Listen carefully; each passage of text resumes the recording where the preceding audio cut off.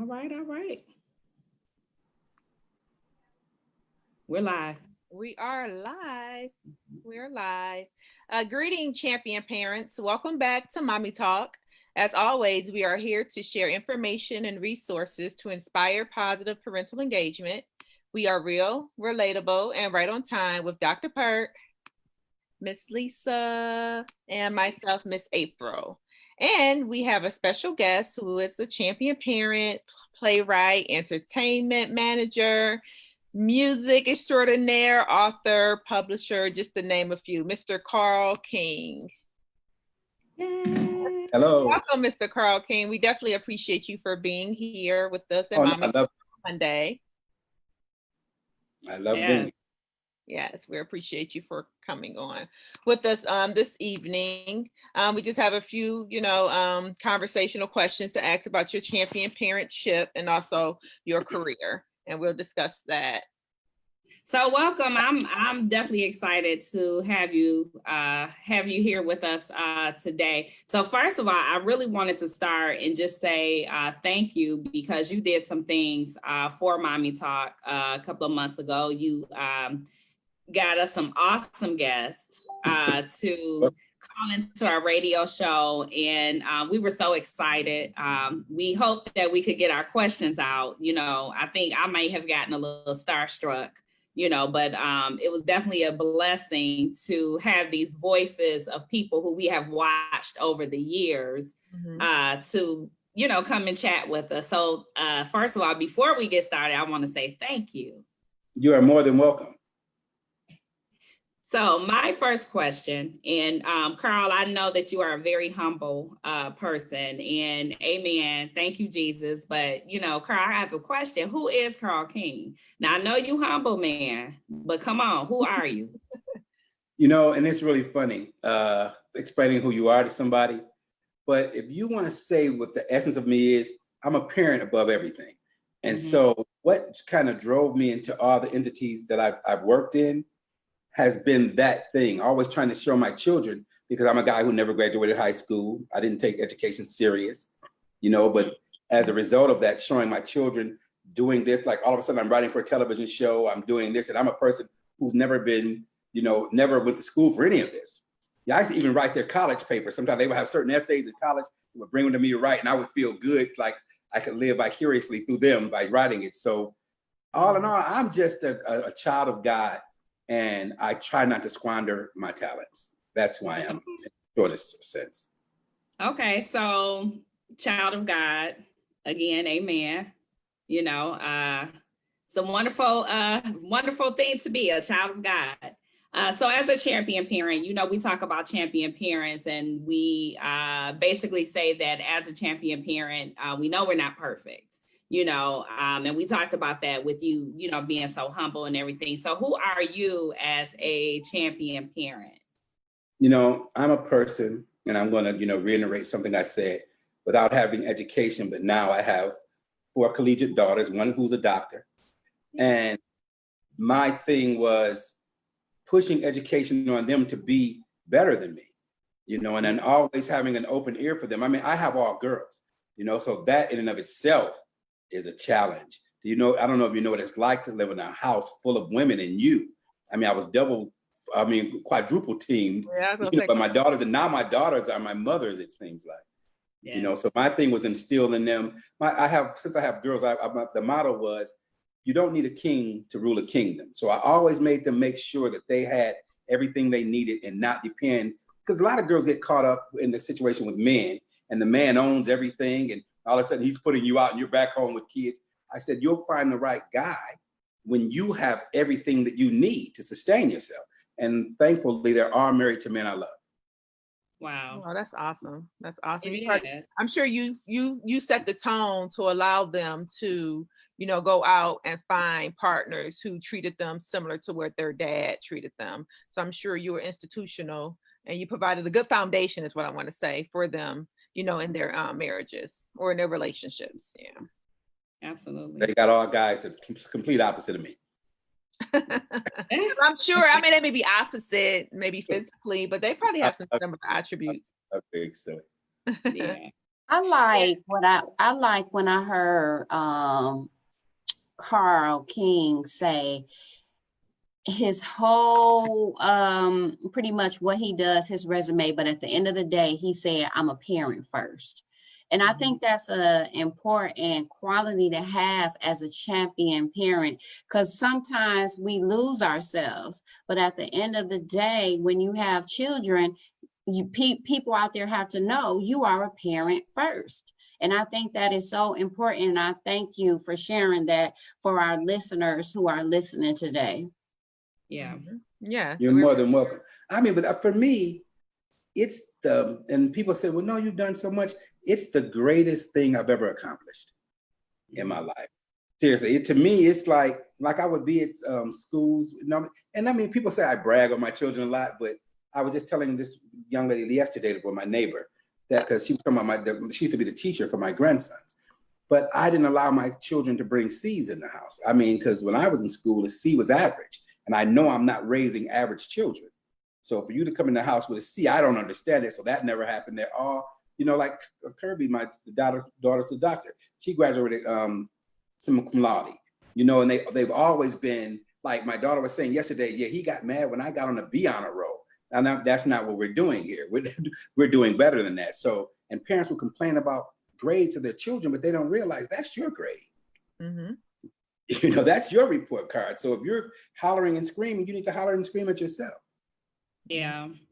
And you know what, I really kind of want to go back to even the point that Dr. Pert, that Dr. Pert pointed out and Ms. April, even just having the foundation. I love that you stress to your young ladies to be grounded, to have that foundation, because a lot of times when it's a truck going by my window, but a lot of times, you know, when young ladies, they get in relationships, they lose themselves because they don't have the strong foundation. And of course, I don't think anyone does it purposely, but when you don't, you know, you as a father, you know, having a strong father figure in your life is very important.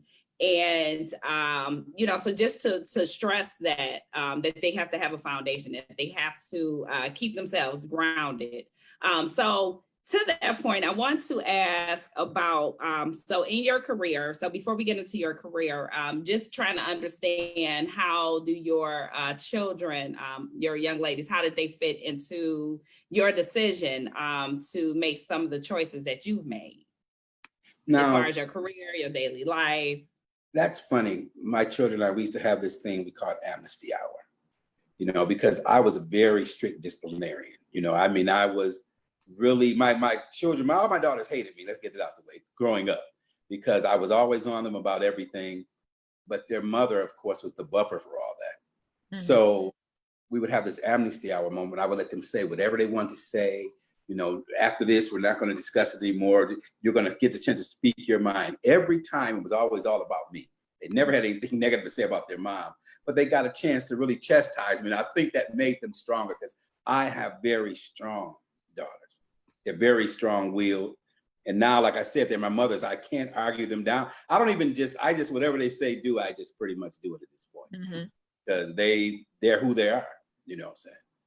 One of the things that I heard you say, that you said that a student's report card is a reflection of the parenting in the household. I agree with that to a certain extent, because I do feel that there are some parents out here who try their best and that they utilize the resources. So I would just like to say, for those champion parents who are listening, that as long as you know that you're supporting your child and you're doing what you need to do, then that makes you a champion parent. Because that's one of the things I tell my children. I say, hey, I'm going to be that champion parent for you. I'm going to provide for you. I'm going to support you. I'm going to give you what you need. And also, if you follow the rules and do what you're supposed to do, I am going to give you your wants. And so I just feel that it's important out there for parents to know, and don't give up. and continue to support your children, because I know everybody goes through that tough time with their children. And a veteran parent told me who actually had a hard time with her daughter, who turned out to be very successful in middle school. And it really wasn't a reflection of her parenting. Her daughter was just going through something. And she told me the best advice that I actually will implement with my children is to love them unconditionally and support them. You know, and when every time I've ever said that in life, I've got a little pushback. And I've always said, even to my children, if you did your best and you got this, that would be one thing. But it got to a point where I knew who they were. I knew what they were capable of. And my daughter, the one I keep bringing up, Kirby, who's a doctor, she had a problem learning at first. And we had to, put her in different situations. She even one day was upset because her sisters were so, bright. And she thought like, oh, like I'm not as good as them. And we went through that moment, but she turned out to be the best student once she got all the things she needed. And now today she just brags about everything to everybody, because she was the only one who went to med school and became a doctor, but the other ones weren't trying to go in that direction anyway, but she'll tell you, well, I can say that because I'm a doctor. It's the funniest thing in the world. But I mean, I really didn't mean it that way. I meant for me and mine. And if my daughter ended up getting a bad report card and she did her best, that was me. But it's, as her parent, it's for me to find her outlets to help her. And that's what we did. We took her to learning centers and all that kind of stuff. And when it clicked, it clicked. Mm-hmm. And it goes to, there is no one size that fits all. And it goes back to our term, what a champion parent is. What works for you in your house may be different from, so thank you, Dr. Pert, for bringing that up, for pointing out that point. But even to you, Karl, in your household, it worked. You knew, and I think that's what a lot of us as parents, we need to understand what our children capabilities are. I know my daughter went through a stage of like, she struggled, and I had to relax and stop trying to pull more out of her than she could do at that time. I had to push her, but I couldn't, push her further than she was able to go at that time, if that makes sense. So, again, one size doesn't always fit all. So, speaking, again to that, was there a point where, in raising your children where you felt like you were doing certain things and you had to kind of change it up a little bit, where you saw that something wasn't working and you had to kind of change your course? Well, I'm going to say this. In all honesty, I had to, I don't think I could have done it without their mom, because I don't have patience, and I don't. And the thing is, and that was my flaw, and they let me know about it. My children now tell me even more things about what I didn't do. And they're glad to tell me, like when they do things with their kids, and they'll go like, Dad, I kind of understand now. I think all their, the love they have for me now kind of came when they got to be adults and realized, okay, this is what he meant. So, and I mean, their mom just was the perfect, we were the perfect pair for how harsh I was and how loving she is, because she's literally the most loving person in the world. I mean, I have to pull her back from helping people. It's like, because she's almost kind of gullible with so much, things would come to people. People walk up to her, I need this for that. And she thinks she's supposed to give everything to everybody. I'm not as loving. I love, but I'm not there. So that was the thing. I try to tell her, I can't take the credit for this, because without her, I would have never been able to do it. And that's good. That's awesome that you had a good pair and you all were actually an effective team, an effective champion parenthood, or champion parentship, I would say. Yeah, champion. Yeah, but I did want to say hello to some of our viewers. Miss Felicia Grimes Baldwin said hello. And then, of course, our champion parent listener, Dorothy Morton, says, God bless you all. Hey. Yes, I definitely want to give a shout out to our viewers. Thank you so much for tuning in. We love you. We love your support. We love your feedback, and we love the real feedback. We are not sensitive. and we can only, grow, from your honesty. We definitely appreciate your support. Yeah. So thank you. Thank you. Absolutely. So what are you, what kind of things are you working on right now? What are you working on? What do we have forward to look? What's one of the things he working on? No, And think- Karl King. Well, yeah. the thing that is really, I mean, this thing just came up last week, and the synergy is so amazing. We were tasked by this group to put together incentive to vote platform, and they wanted to do it over the internet, through Zoom or some other way. And we got Michael Eric Dyson involved, which was great, and he was happy to do it for what we're trying to do. Then we reached out to the Anthony Hamilton, and he has this group, the Hamiltones, and we got them involved. I reached out to my good friend Coca Brown, who you all know, because we were trying to do it to where it's have different people, since Coca's also in the same state as Kamala Harris, so I reached out to her. We reached out to some other people to put this together. But once the ball started rolling, it blossomed into this bigger thing. So like I said, now we're waiting on some information for sponsorship, because we want to do that venue. And the Hamiltones are releasing their album on the 28th, and it's perfect for this. They have an album called 1964. And it's so prolific to me because, a person might write one song about, racial equality on an album, and then they go commercial. This entire album, every song is about that. And they have so many vignettes, from Baldwin and Lewis and Nina Simone, that it just fits the time. I mean, they called it 1964, but it fits the climate that we're in politically right now. And so once that happened, other things just started to come together. So now we're just going to ask Eric. I can't stand the fact he has three names. Michael Eric Tyson. We're going to ask him today, would he possibly fly in to Georgia so we can do it inside of the historic church, Martin Luther King's church, have the Hamiltones there as well, and then set up some satellites in different states and host from those states to bring it all together for another thing that has nothing to do with the thing we're doing with the other group of people. It just bubbled up to that, and that's it. I'm also working with the same group on the 100-year anniversary of Black Wall Street, and it's a 2-day event. It's with a black tie event.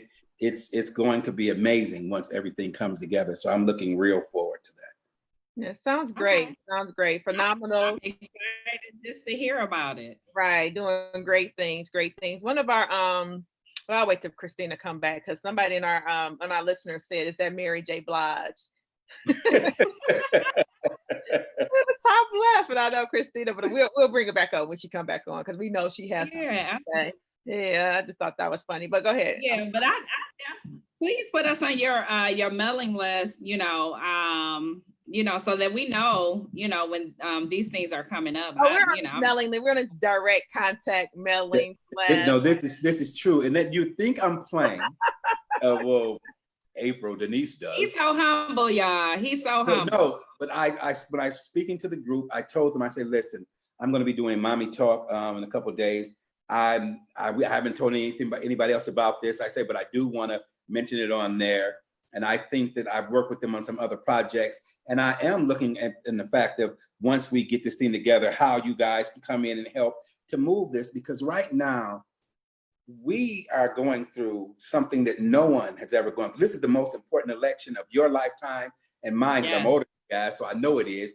And we're really fighting for the soul of this country. And right now, we're so polarized that there are people who are saying things, especially Black people, who say, it doesn't mean anything. It's that, they have this.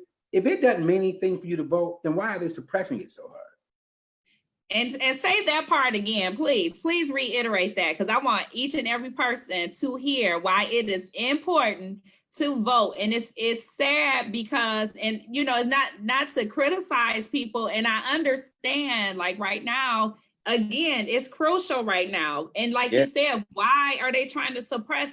They are collecting mailboxes. Did you all see that today? Yes. They're collecting mailboxes. They've taken the mail sorters out of post office. Yeah. You take a mail sorter, a letter sorter out of a post office to slow things down. If you're too blind to see that this is the most dangerous president we've ever had. Yes. You know, because right now he's facing, if he doesn't make it, his name is on so many indictments. And so that makes him more dangerous than anybody else. And people have watched him. This is the closest to a dictator we've ever come to, because people tell me, like when he first got in office, I told people, I say, if he gets a second term, he's going to push for a third term. They're like, no, that couldn't happen. He's done more things that you thought could never happen. He never gave up his businesses. He made money off the government. Every national person who came here, Democrats, I mean, not Democrats, what do you call those people? Oh God. Okay, I can't think of the word right now because I'm getting a little bit excited. Dignitary, every dignitary that came here stayed at his properties, which means we paid for it. And because they were there, they had to have security and special things, we paid more for it. And he made all the money off of it. You know, and he controls the stock market. I've made money. You sold that rocket stock, right, April? I made money off of I saw rocket. Yeah, things he said. So if I can make money off of it in the stock market, I know he could, knowing he was going to say it weeks before. Yeah, that Kodak went crazy. Oh my, Kodak quadrupled that one day. But now it's only $10. Oh yeah, it went up to like 80. No. Actually, it typed out at 107. Why y'all ain't called me? Wow, yeah. You had to just be on it. I was just like, it's just amazing how well it did. You know, and that is no different from when he, announced he was giving other monies to, I forgot what it was that fast, but that didn't bubble as much, but still it moved the market around, and he knows what it's going to do. So Trump was a billionaire going into it, but he's a bigger billionaire now because now his daughter got patents out of China. She couldn't have got it if he wasn't his daughter. You know, and they always talk about him doing this, but he puts people in, the first guy ahead of the pandemic response was a dog groomer. Guy had no experience at all, but he put him in charge. You know, his son's wedding planner got a job, in the White House. And the Postmaster General he put in there, this guy actually owns stock in the competing companies and UPS and all that. Yes, UPS. He owns stock in the companies competing with the mail service, the postal service. Mm-hmm. So him gutting it makes him more money. It's just ridiculous what's happening right before us. So if we don't take the initiative to vote and get this man out of office, he literally will make 2021 look like 1964. And I've been saying that all week long. So when this album dropped, I was like, oh my God, I've been saying this exact year for weeks now. So I really want to just kind of point something out because I know right now this is very emotional. This is an emotional time because, of course, you have a big number of us that supports Trump. You have a big number of us who supports Biden.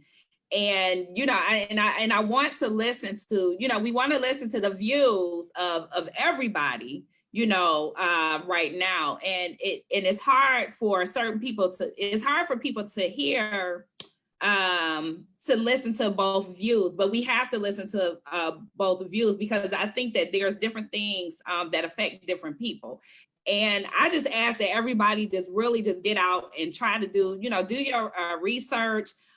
Communicate with, try to get in some, conversations with people, do your research, try to understand really what's going on, with these, with the different candidates, because I know I could be very strong in my opinion, I can be really strong in my opinion. However, I still want to, still try to keep my ears out because y'all hear my door ringing. My daughter coming to get it. That is my son. That's funny. That's funny. So listen, wait, our viewers. I do think it's still important to listen to the views of everybody, Mm-hmm. Yeah. Just shout out some of our viewers, not to interrupt you, Miss Lisa. Latori Williams said, "Hey y'all, I miss y'all." And then one viewer, Dr. Pert, was saying, "Is that Mary J. Blige in the top left?" And you were in the top left. Oh, they said you Mary J. Blige. That was funny. Oh, wait a minute. I do her move that she always do. Oh, you actually have that down pat. Hey. Yeah, I love Mary. Yeah, and then Calvin Nellums just said Talk. What up, though? Mr. Nunn's the teacher. Yeah, so that's what for our Well, I'm not as democratic as Lisa is. I want you all to go vote for Biden Harris. Thank you. Yeah. I don't care. So I do have a question for you, Mr. King. So being that you are a champion parent and we always don't, a lot of parents don't start with silver spoons in their mouth. And it's challenging, to, balance parenting and accomplishing your goals. And you are quite successful. So what advice can you give champion parents out there who struggle with balancing parenting and, wanting to complete their goals? You asked all the perfect questions because my answers are a little bit obtuse for the point of, I actually grew up kind of, affluent. My family owned businesses and things of that nature. So I was a kid who had everything and all this kind of stuff. And I didn't really feel any bumps in the road in life until I got to be an adult, and still I say this to I call her April Denise, so much is being born with the last name King really kind of made me kind of a different mindset, because my thing with everything I would try to conquer in life was like, I was born king, so I can do this. And I used to rhyme it with Karl King and do anything, because my children, the same thing, I really believe that I can do anything. So when I've been faced with hardship, I have to quote Philippians 4:12 is the book in the Bible that I live by. Is I know what it's like to be content in all things, whether I'm well fed or hungry and want to have plenty. I always know that I'm going to be okay, regardless, and all situations are temporary. The only thing I could ever say, and it's very cliche to parents, is, just don't stop moving forward. Just don't give up. I mean, and don't get me wrong, it could get so bad that you think, like people say, I'm going through this and I'm going through that, but the operative words are, you're going through it. You will come out the other end of it. But if you give up, then you'll stay there. You'll be stagnant. And that's with everything in life. And whoever said it first was right, because what's another thing somebody said, like when you find yourself in a situation too deep that you can't get out, then you have to go deeper in it, because there is another end. And that's the best thing I can tell anybody is don't give up on anything, and don't think small. I mean, the God we serve doesn't know the difference between modicum and paramount. You can't ask God for too much, and you can't ask yourself for too much. It's like when we start doing things or start thinking, oh no, that's too much, or I can't do this. Then Henry Ford said it best: whether you think you can or you can't, you're right. And that's what I go by. That's right. And that's great. That's great advice out there. I think our champion parents can appreciate that. And I think it's also important that parents assess their situation and you utilize the resources around them. We're living in the 21st century now, and then we have so much access to information, but we also have access to misinformation as well. So so I think it's really important for those parents out there, or just anybody who wants to accomplish their goal, try to connect and link up. Get on LinkedIn, try to connect with somebody who can tell you how to avoid pitfalls and what to do to accomplish your goal. I think that sometimes people operate in fear, and I just feel like you can't do that, because for every 100 person that tells you no, there will be that one person that says, you know what, come here, I got you. Listen to what I got to say. Yeah. No, consistency. I want to add. I'm sorry. Go ahead, Karl. Oh no, I just said consistency is key. Mm-hmm. Yes, and I want to add to that point, Dr. Pert, that sometimes when people are doing things, they look at the responses, that they get. And sometimes you can't really look at the responses. You have to look more so like, this is something I like to do. So I have this joke because I like to make YouTube videos. And there are some of my videos you'll go look like, did this girl really publish this? But I do it because I enjoy it, and so I try to tell my kids, like, sometimes if you're only doing things to get a response, then, it's not going to be successful that way, and you have to definitely, search, like we talked about last week. If you had the thought and you thought it was good, and then once it came out, it didn't sound as good, you have to really keep pushing it. And you have to be careful who you tell your plans to. It's some dream killers out there, and yeah, you just have to be careful who, like you said, keep doing, stay the course. I just And want there's a to lot mention of this that way, is when she mentioned successful. Successful, the way you measure that is different, and especially in my case. My successes and the thing that I think successful is my family. When the people say God judges a tree by the fruit it bears, I'm living off the fruit I put into the world. So that's where all my greatest successes are. There aren't monetary or things like that, because I have a saying when it comes as far as money goes, as long as they print it, I'll be getting it some kind of way. I mean, that's just what it is, but that's not the barometer in which I gauge my successes at all. Okay. Yeah. And I think it's also important that people not to go off somebody else's experience. I think it's important to look and learn and see what pitfalls you can avoid. But then a lot of times people pass out misinformation, such as, like, I always heard when I was in the state of Michigan, oh, the state, they're so rude, they don't give you information. Now, if I had used that as a barometer for not contacting the state for trying to start a program, or I would have not contacted them. But what I did was I said, you know what? Okay, I hear you, but what I'm going to do is I'm going to go off my own experience, and I'm going to start contacting people and see what type of response I give. So I think it's very important for individuals to create that space in which they say, I'm going to have my own experience. This may have been your experience, but I'm going to create my experience, and I'm not going to stop. Like Mr. King said, don't give up. And I say, like, when you said you guys do quotes, and I gave her a quote that I wrote that I always say. And I say, the distance between success is from ear to ear, and honestly, something else I always say, the worst vice is advice in most situations. People will tell you this, that, another, but they say an ounce of an example is worth one of a ton of advice.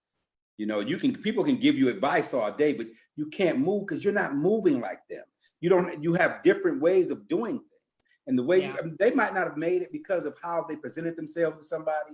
And that person said, oh, no, we're not doing that. But if you come prepared and present yourself the right way, sometimes that can even hurt you. Somebody, they don't like the fact that you are so together. But the thing is, there's somebody's going to like what you do and what you say if you present it to enough people, because the thoughts in your mind is someone who's like-minded. And that's the individual you need to bump into. If you bump into 100 people who don't agree, the 100, and like you said, the 101 person might be like, that right there makes all the sense in the world to me. And that might be the best person. You can't take God out of the equation. He's going to put the people in front of you who are going to put up barriers, but he's also going to put people in front of you who are going to give you a helping hand. And you have to keep stepping over those barriers until you bump into that person, and that might be the best match for you. And I like that. And then I do want to add to that point that somebody may feel discouraged, because we all get discouraged at times. I mean, it's just so real.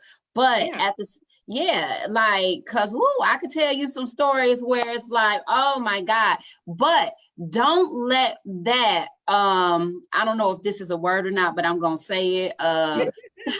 Hold on. No, wait a minute. Don't let that demotivate you. Let it motivate you. That sounds okay. You know what it means. Okay. Right. Okay, yeah. So, I mean, for real. So I'm getting a t-shirt. Don't be demotivated. On the back, demotivated. Right. Right. So, okay. So, Karl, do you have any final thoughts of encouragement to the champion parents? I know you gave us some advice. Not advice. I know you know. I think you had me scrape the bottom of the barrel for a lot. The only thing, like I was saying earlier, for anybody that's trying to do anything is, as far as it comes to your children, you have to communicate with them. There's a reason why you see more demolition companies in the phone book than you see construction companies. because it's easier to destroy and tear something down than it is to build it. Yeah. You know, so you have to build things with your children, and you have to find that common place, and you have to encourage them. And even when they want to do it another way, you have to, because you might have the same vision. You still have to nurture their vision. And you have to look at your children. And this is the crazy thing I've always said. Once my children, the reason I love being a father, I'm just jumping on another tangent. When I saw my first child, it made me question, had I ever loved anything before in my life? It made me reevaluate. I felt something so different. I was dizzy. And I never could understand how a father couldn't be with his child. If I tear up on it, that's really gonna be messed up. It was just the most amazing thing in the world to me. And I wanted to give her everything. I wanted to be everything for her. And I failed a lot, and I didn't know a lot. And she told me I failed a lot, and because she was like 5 years above our other children. So I told her, listen, I tell her all the time, you were the prototype. I didn't know what to do with you. You upset me enough with, she used to write me these long letters about how bad of a parent I was, you know, and it was okay for her to express herself.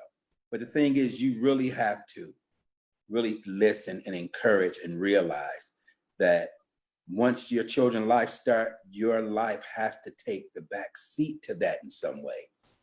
You have to stop thinking of you as yourself, because you have something that's going to go further than you. It's supposed to, your children are supposed to do more than you.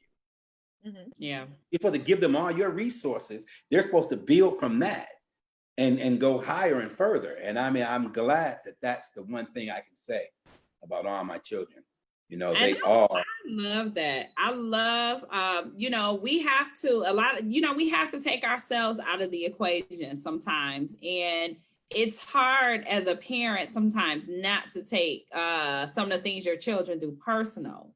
You know, I'm dealing with a 16-year-old daughter right now. And even my son, he's 11, you know, and it's very difficult sometimes to take myself out of the equation. And sometimes I really have to get humble and just kind of, you know, see why certain behaviors and everything, you know, are happening. So listen, I know we are have to end up talking to you again, because you are a wealth of wisdom, and I'm taking heed to everything you're saying. And you know, like I said, as always, we appreciate you. And do you have any followings that our viewers can follow, or if they needed to get in contact or reach out? You know, the parent company of which I started everything was a company called Clucked Up Comedy. And I never got Clumped Up. It's clucked up like a chicken clucked. Oh, clucked up. Okay. Yeah, you know, and Fox 2 would never say it when I would be on there when I was doing shows. And so that's why I'm on Instagram. You know, it's CLUCKEDUPCOMEDY. You know, so that's just the only social media I have with that name or that company, because I'm just Karl DK.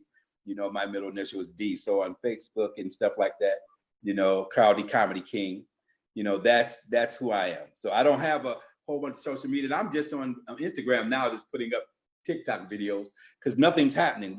I can't get any venues. Oh, you're doing TikTok videos? No. Oh. I was about to say, go ahead, Mr. King, stand up. Go ahead, show us your moves. I don't even have on pants right now. So anyway, what you said the Instagram was? Say it again. Clucked Up.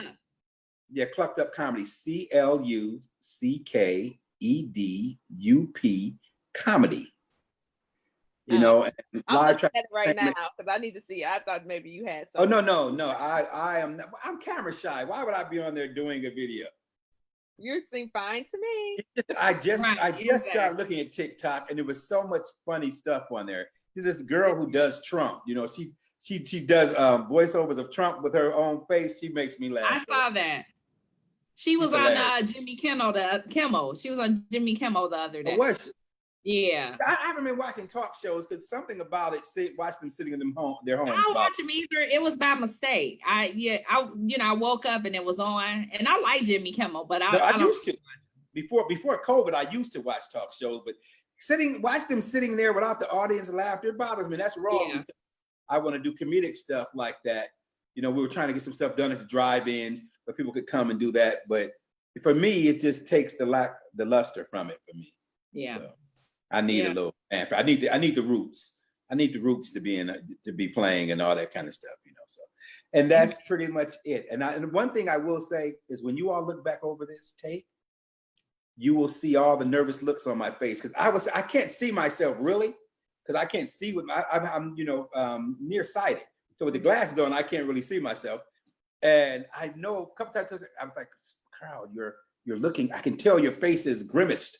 Well, you know what? That's okay, Mr. King, because you're also known as a sex symbol. So give us one of those.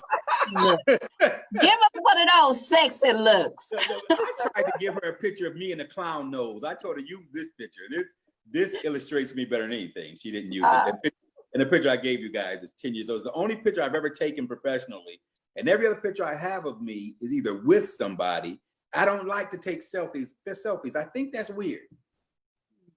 Yeah, well, Mr. King, when I say we really appreciate you on the show, we really do. You gave some valuable advice that I'm sure that our champion parents can start to infuse into their parenthood, because I think it's very important. But I do want to say this before I wrap up. One of the things that you said was you have to learn from your mistakes. I think that is so important that parents learn from their mistakes. What you do with one child, you may do differently with another because you learn from your mistakes. And I think it's also important for parents when you recognize that you've done something wrong to forgive yourself, but also allow your child to forgive you by sitting down and communicating and say, you know what, hey, I may have not done this appropriately at this time. I may have been going through something, or it was probably all I knew and I was trying my best. So I think it's important that parents communicate with their children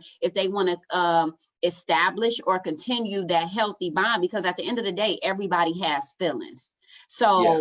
I think I appreciate you for saying that as well. So everybody, thank you so much for tuning in. We really appreciate your support.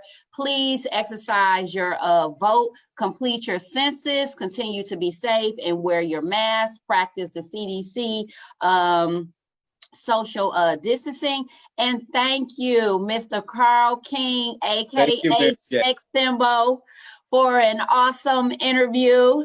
And thank you, all of our Facebook Live audience, for tuning in to Mommie Talk. Continue to visit our website and social media platforms at Mommie Talk. That's MOMMIE talk.com. Until next time, continue to be safe and love on your children. Also, Karl, Miss Christina is a comedian. So when you looking for your next act, no, I'm not. Don't even put that out there. Her dress says, "Will life give you lemons?" Said so. She got on the Beyonce lemonade dress. I was like, okay. She looked like Mary J. And the person was right on when they said that. I was going to say it, but I didn't want to say it because people sometimes feel funny when you say they look like a celebrity and they don't think they look like the person. But I was thinking, in fact, someone said it, and the lemons also too. I was like, she got the Beyonce lemons looking like Mary J. Okay, Beyonce. Guys. Thank you. Thank you. Thank you.